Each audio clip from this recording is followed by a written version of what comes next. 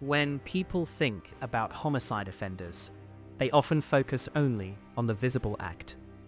They focus on the violence, the shock, and the final outcome.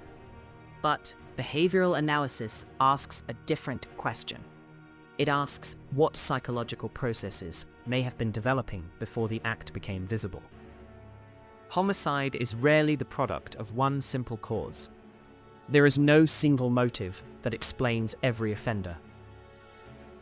What we usually see is an interaction of tension, fantasy, frustration, grievance, emotional instability, and opportunity. In some people, these processes remain internal. In others, they begin to shape perception, lower inhibition, and organize behavior. That is why profiling cannot stop at the question, what happened? It must also ask, what was happening psychologically before the first visible step? What kind of inner pressure, emotional logic, or distorted need may have been guiding the offender's decisions? Motivation is central here, but motivation should never be treated like a neat label. Saying that an offender acted out of anger, revenge, control, or jealousy may sound useful, but it is usually too broad. What matters is the function of the motive. What was it doing for the offender psychologically? Was it reducing shame, restoring control, justifying violence, releasing pressure, turning humiliation into action? Two offenders may both appear angry, but anger can serve very different functions. In one case, it is explosive and impulsive. In another, it is organized and tied to long-term grievance. One offender erupts. Another builds an internal permission system for violence over time.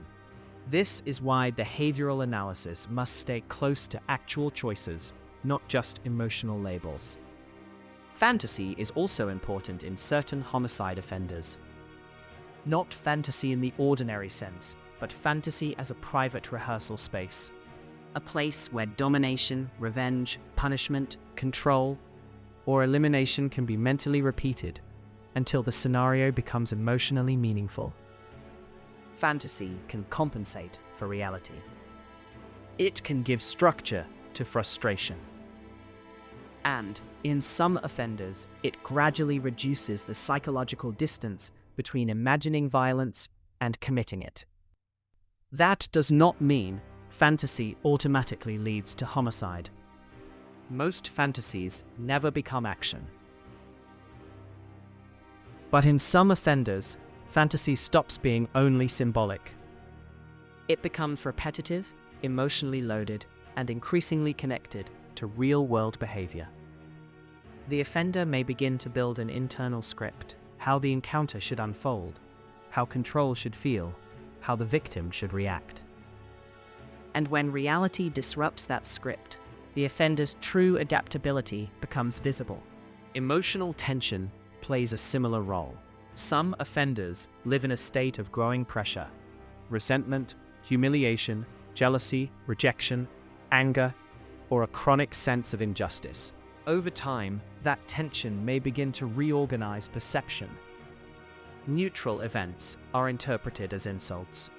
Ambiguity becomes threat. Rejection becomes something intolerable. From the outside, the violence may appear sudden. Internally, however, the pathway may have been developing for much longer. For profiling, the question is never simply whether the offender felt strong emotion.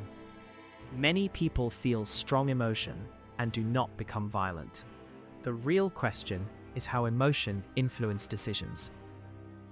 Did it narrow judgment, increase risk-taking, accelerate movement toward action, reduce caution, intensify domination? Once emotion becomes visible through behavior, it becomes analytically useful.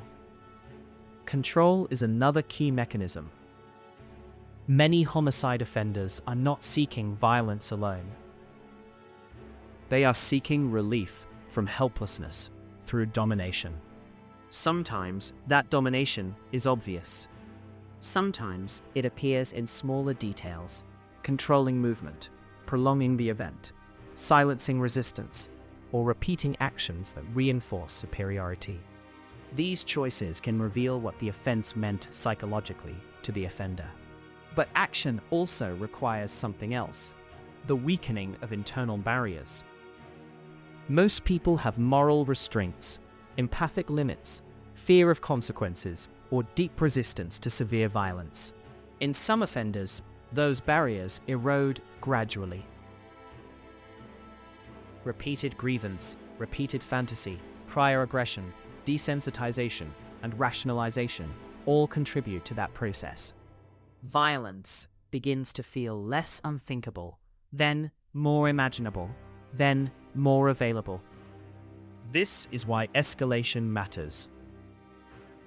Escalation does not always mean that every offense becomes more brutal In a simple linear way. Often, It means that the threshold changes.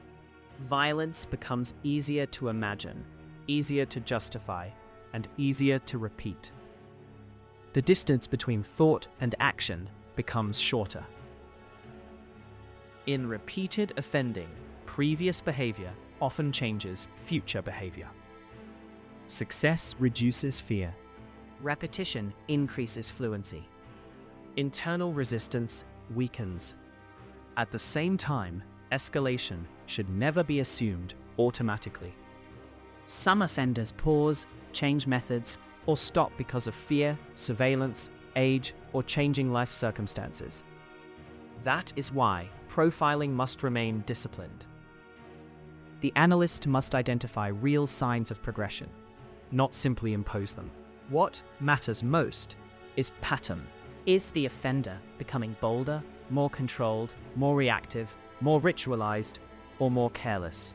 These changes help us understand how the offender's inner system is adapting over time.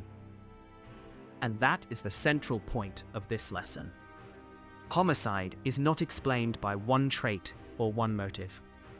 It emerges when psychological mechanisms such as fantasy, grievance, emotional tension, weakened restraint, and the need for control begin to organize behavior in a way that makes violence more possible.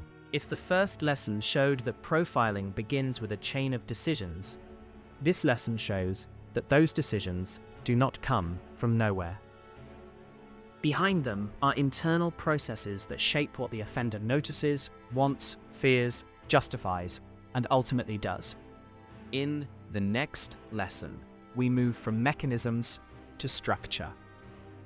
We will examine typologies, not as rigid boxes, but as practical tools for comparing offender patterns and thinking more clearly about behavioral differences.